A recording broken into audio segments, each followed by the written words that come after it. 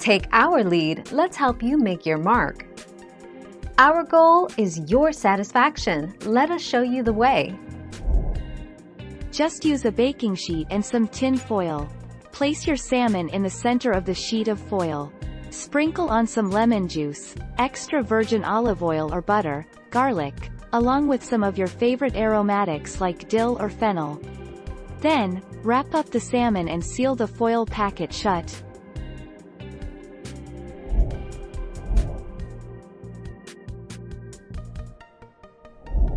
Let's help you make your mark.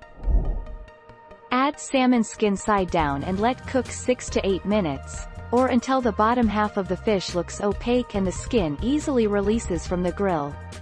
Flip and cook 4 to 6 minutes longer, or until the entirety of the fish is cooked through. 3 days ago.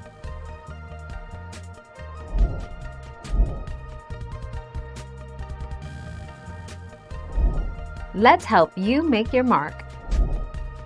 Let it reach room temperature before cooking. When you add cold fish to a hot pan, it will cook unevenly. It is a good idea to let salmon sit out for 15 to 20 minutes before cooking so that it can warm to room temperature.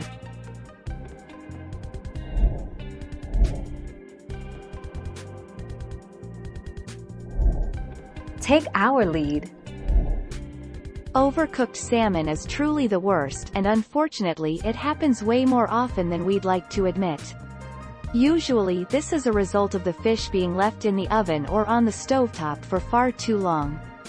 Fear not, though, there is a simple way to ensure that your salmon comes out perfect every time.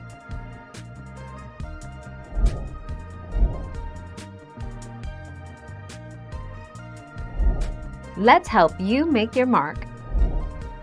Roasting salmon fillets in the oven gives you beautiful, succulent fish that doesn't require constant attention. This method, which we recommend if you're cooking 4 or fewer fillets, has you sear the fish in a pan on the stovetop first, which crisps the skin delectably.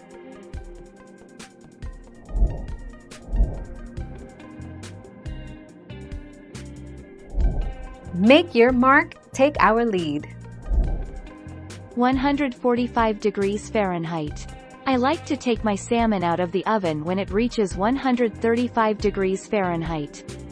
But to be safe, the FDA's answer to how long to cook salmon is to be sure that it reaches an internal temperature of 145 degrees Fahrenheit, measured with a cooking thermometer in the thickest part of the fillet. Thank you for watching. Please subscribe and hit the bell notification.